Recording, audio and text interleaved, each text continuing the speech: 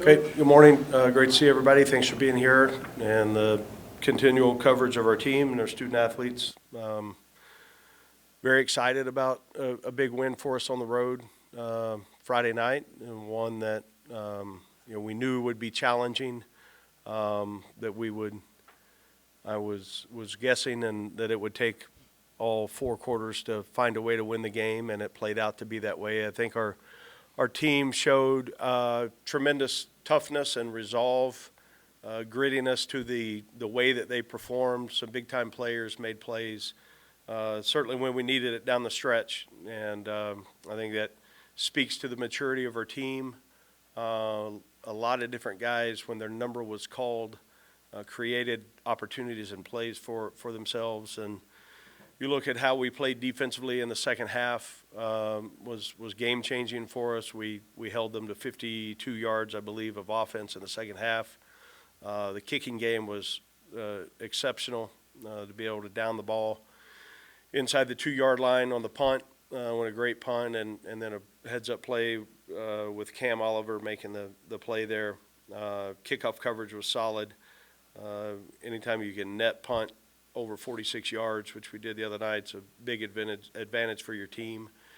And then offensively, to finish the game on the 17-play drive, some of those things were self-inflicted on causing it to be longer than it needed to be, but it ended up helping and playing out on ball control, and then the fourth down stop to end the game defensively with the sack by Doyle and Whitmore was a great play, individual effort, but also the guys on the back end and how they played their technique really helped us. So excited to be 3-0, happy for our guys. The bye week, in my opinion, comes right at the right time.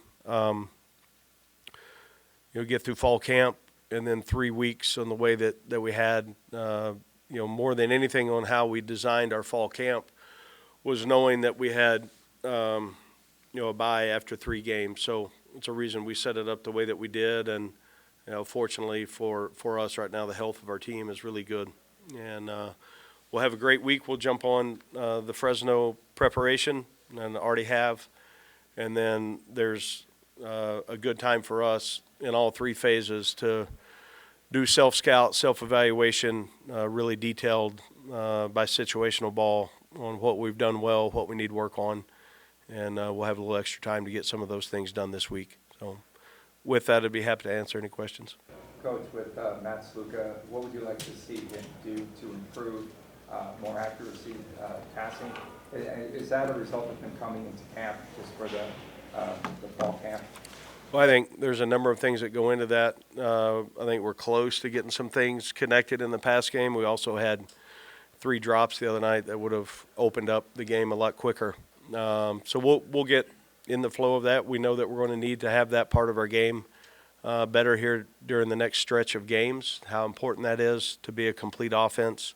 We've got to improve third down offense, red zone offense. Those are things that we'll spend a lot of time on before our next game, and obviously we all feel like we can be better, from the head coach down on getting our guys in position to play winning ball. How does it feel to be ranked in the most recent coaches poll? Yeah, I'm excited for our team, excited for the athletic department. I did not know it was the first time in the history of the school to be ranked in either of those polls. So I think we've created some momentum for our team and our program. I think we've earned a little bit of respect. We also know that we've got to go earn it again next week, and the next week and the next week on down the. Got a lot of season left. I mean, there's 10 weeks left, 9 games and of regular season. So we got a lot of work yet to do. We're not anywhere close to where we need to be, but for our guys to have some respect and recognition on what they've done up to this point, certainly excited for them, for our team, and I think the things that we know that we can accomplish in this program that I want that to be a goal for this to be not uncommon for us to be ranked. I want it to be something that is expected, and I know it takes great work to get there. What was the biggest adjustment defensively, first half versus second half on Friday? I don't know. Coach Shear did a nice job on making a few tweaks, but not a lot of, there wasn't a wholesale change. I think we tackled better. I think we played better in the front seven in playing true gap responsibility, sound defense. We played a little more aggressive on their side of the line of scrimmage. I thought our coverage for the most part all night was good. We were in position the first half. We weren't able to tackle as well early on. So I think our guys ended up taking the next step fundamentally on taking out the air of the play, on closing the ground to the ball carrier. We got off blocks a little more urgently in the second half. That big takeaway by Catalan right before halftime led to a touchdown, and then early on in the second half with Woodard's interception, I think that sparked us emotionally to give us some things we needed on that side of the ball. How much do you think rotating, I think it was 9 defensive linemen, helps you in the fourth quarter because they started to look tired? Yeah, I think it helps us a great deal, and I believe just like week one that we won that game long before we got in the arena. The training, the habits, the off-season work, the summer work that our guys put in, our practice structure, and then the resiliency and the mindset of our guys. But the more that we can rotate in at every position that have the ability to play winning ball, I think that'll help us, especially over the grind of the next 10 weeks. One of the main storylines heading into that game was, I guess, the bombshell news that the Mountain West was potentially, going to lose 4 schools in 2026. Obviously, UNLV is not part of that, but I'm wondering if you had immediate reactions when you learned that information. I really didn't. I know that the Mountain West is a strong conference. I don't know, enough details about the leaving of those 4 schools, what they're stepping into. A lot of unknown, it would seem like to me at this point. It has zero effect on how we're going to approach the next 9 games. I've always been a very strong believer in, wherever your feet are, be there and do the job that you need to do, and everything else is going to take care of itself. So, there's so many conversations I would imagine going on in the world of college football with realignment and conference affiliation. And if I spend really any wasted time on that thought, then I'm not doing what I need to do for our team. If I can get this team to continue to make improvements in all 3 areas, and our culture stays strong, and we recruit to the level that we're recruiting to, and we keep doing all those small day-to-day habits, UNLV will be on the national stage no matter where we are for years to come. Also, there was a great story about Jacob DeJesus at ESPN right before the game. Did you get a chance to kind of check that out? And I'm wondering if you can kind of share what it's been like to coach him while he also balances such an impressive thing as like a family man and a dad. I didn't see that article specifically. Was it Rittenberg? Yeah. Yeah, I remember talking to Adam weeks ago about that article, and I think some other coaching staff members were involved in it as well. I have not read the article, but I know, would guess because of the questions I remember being asked about Jacob. It's pretty easy to answer because he's the same guy every day. He's got a tremendous amount of responsibility being the head of the household, having a young daughter, and then, some family, personal things he has going on at home right now with his extended family and parents. It's amazing because he is such a tough competitor, and the things that I see every day on the field in the way he plays is the way that he attacks everyday life. And he's really successful, has been for us, and is going to be in whatever he chooses to do when football's over. He's going to be a great husband and a great dad, and he's a tremendous part of our family, and so thrilled that he's getting some recognition that's very, very well deserved. For the first time in a decade or two, we see the city of Vegas, we see the students really buying into this football program. What does that mean to you and the team? Well, I think you look in the history of this city, UNLV is the original team. And it takes time. You need to back up your messaging. There's got to be some validation and results. We've proven to do all of those things up to this point, and the city is responding like I thought that they would.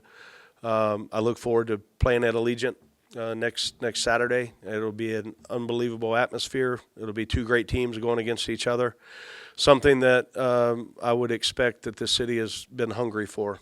And we'll continue to work really hard every single day to do the things we need to play winning football.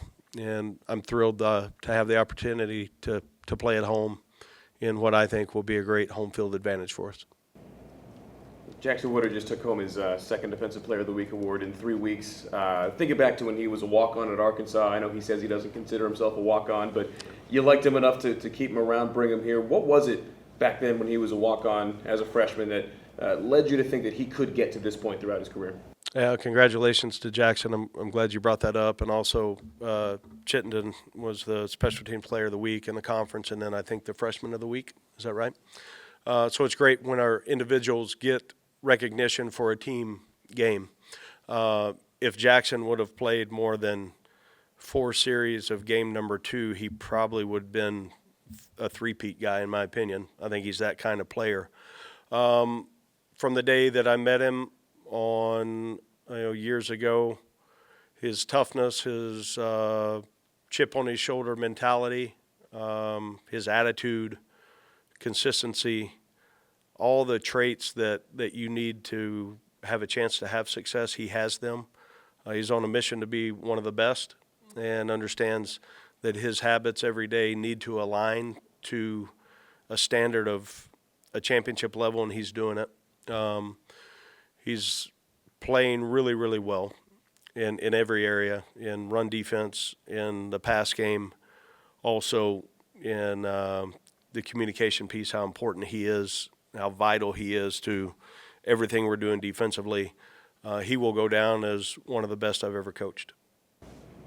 Coach, after the win from last week, did you expect to be ranked as the head coach? And also, what did you tell the team when the rankings came out? Yeah, I don't spend a lot of time thinking about the rankings. I'm glad we are. I've said publicly I thought we should be, because I do. I think we're a top 25 team.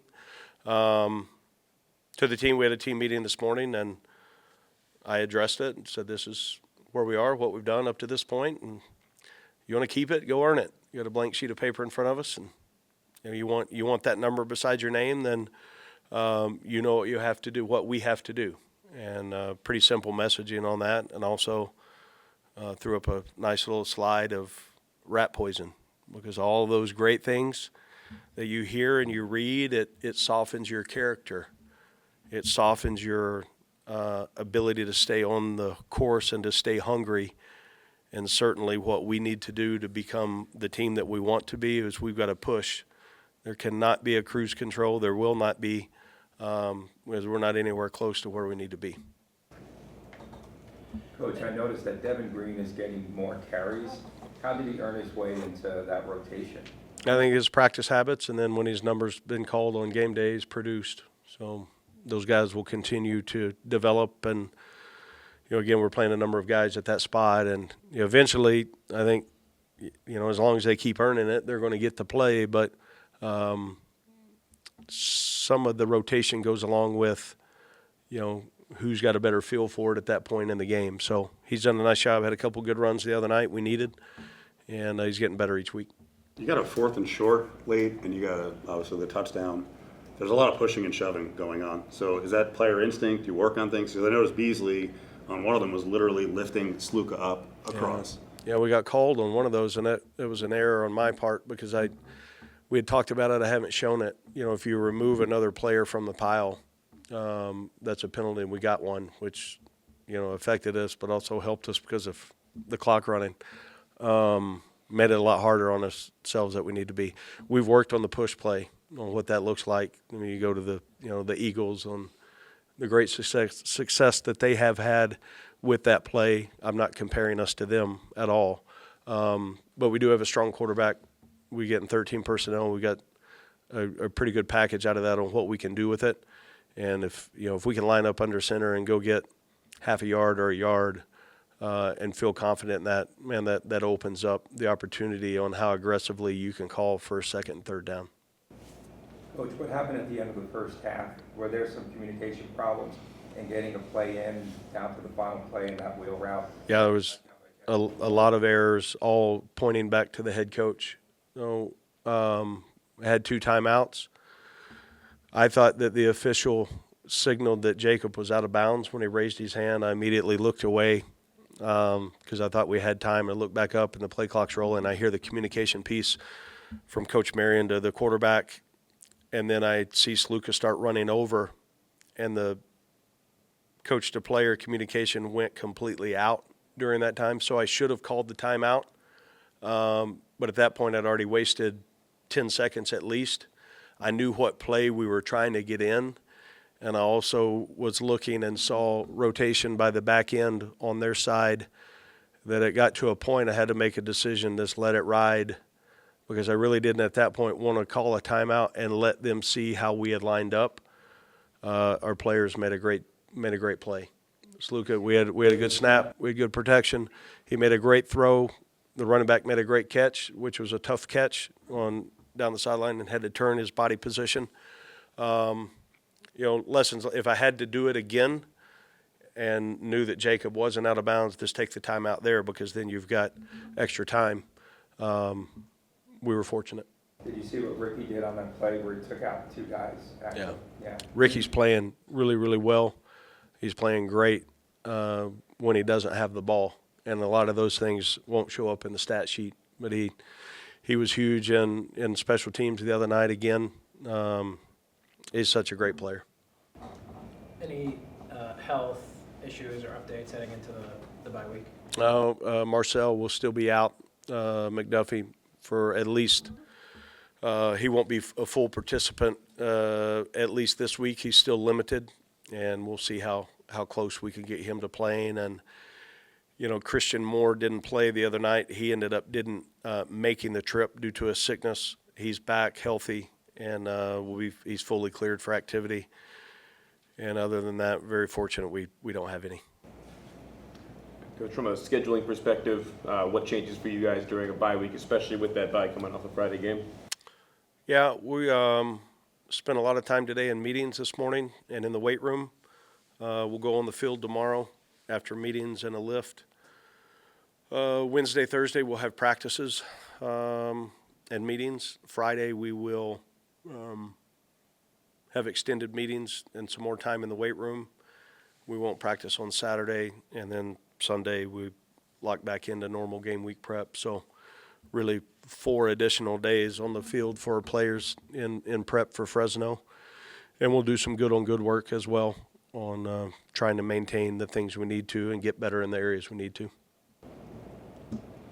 Michael Scheer was especially fired up and emotional after the game. Why do you think that was?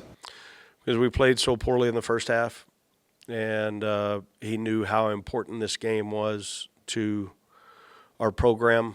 He also, go back a couple years, he was an interim coordinator at Arkansas when they played Kansas in the Liberty Bowl and won in overtime. Obviously last year's game against them in the bowl game didn't go the way we wanted. And to get a win in the way that we did with a sack, the way we played with 2 takeaways, played really good on third downs. I think, there were some things that we were searching for, he was searching for, and he found it. And what a great feeling that was to see and to watch unfold on some slight changes he made that worked, and then how hard our kids played on that side. He was excited. I want our guys to have emotion. It was a lot of fun to see. All right, thanks, everybody. Have a great week. Thank you.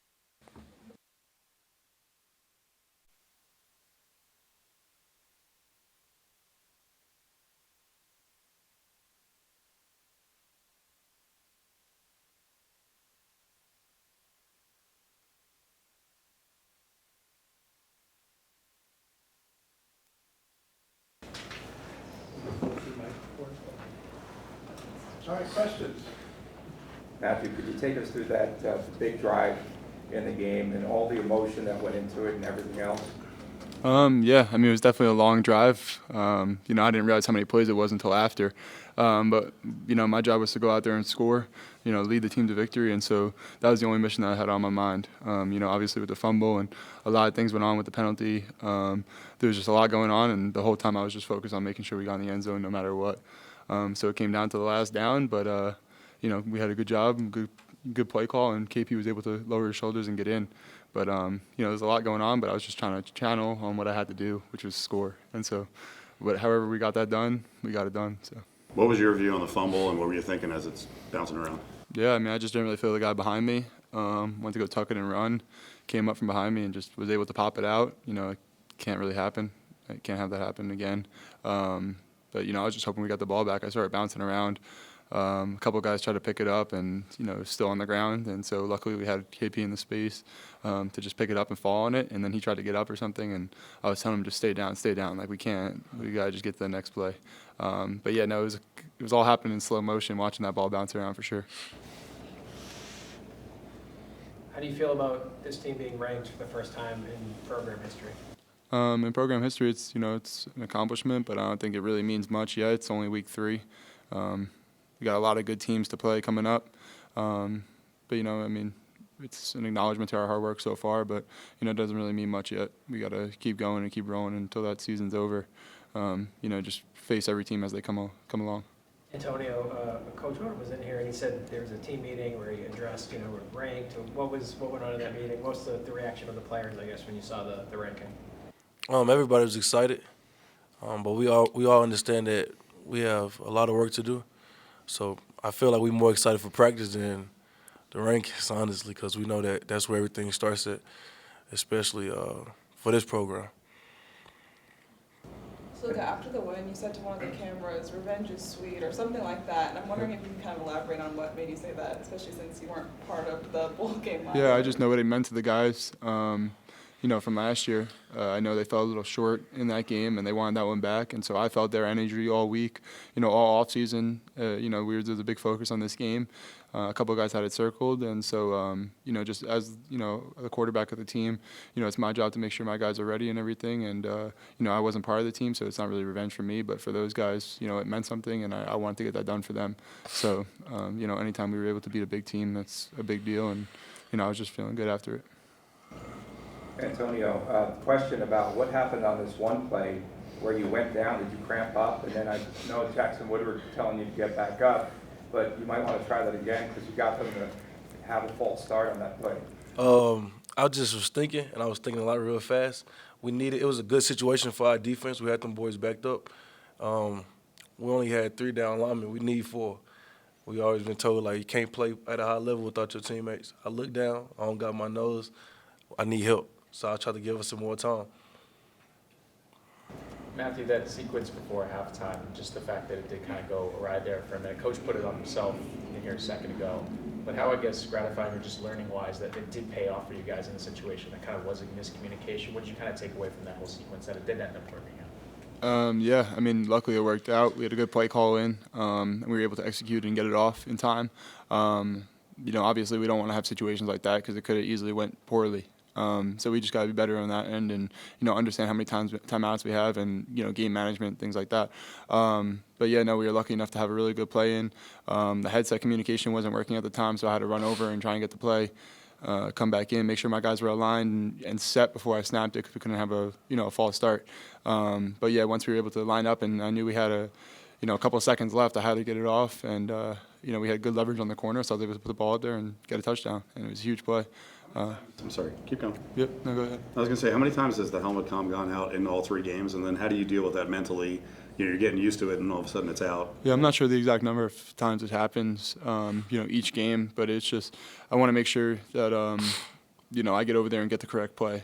Coach Marion does a great job scouting all week and, preparing us for the plays that we're going to run. So I just want to make sure that what he's saying is what we execute and what we do. There's always plays that I can go out there and, if it came down to it, I can make a decision on my own and trust and put us in a good situation to get a good playoff. In a moment like that, I really wanted to get the play that he wanted to run. So it was just safer for me to run over there and get the play. Sorry. Here, go ahead. Antonio, Odom was in here, he said the biggest difference between the first half and the second half for defense was just tackle better. What does that mean, and how can you improve tackling, like, within a game? How is that something that you can just, we need to tackle better, and then how do you go about doing that? For me, I would say it's just your mindset. It's one thing to be playing hard, but it's one thing to be playing and trying to make a statement. So I feel like after we went to second half, made our adjustments, came together, understood that if we're going to win this ball game, it's going to take all 11 to be in the right position, to be running to the ball with a violent intent. Once we had that conversation with Coach Short, guys knew that we had to play more violent.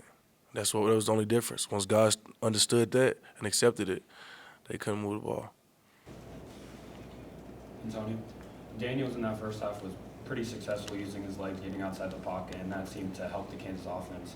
And then the flip switch, second half, he had to stay in the pocket, forced him to make errors. What adjustments did you guys make to keep him contained and make him make those errors? Really, like I said, Coach Short, whatever Coach Short called, I do.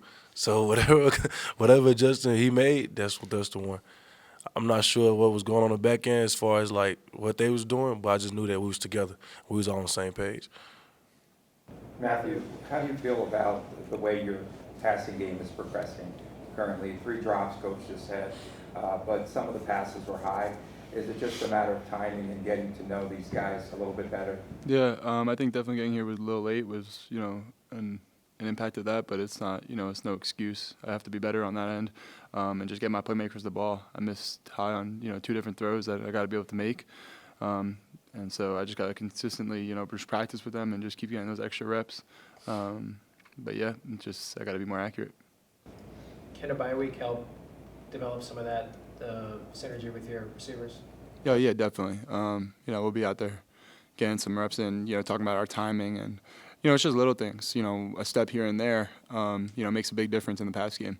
And, kind of goes on, it's like, oh, he's wide open, but it's, it's just a matter of what steps he took, what steps I took, the protection that was called. There's a lot that goes into, each play. And so just finding the open guy and just trusting what I see, I think is step one. And then, just making plays and just doing what I do at the end of the day, will get us there. But I think it's just a constant build and a constant progression that we need to keep developing for sure.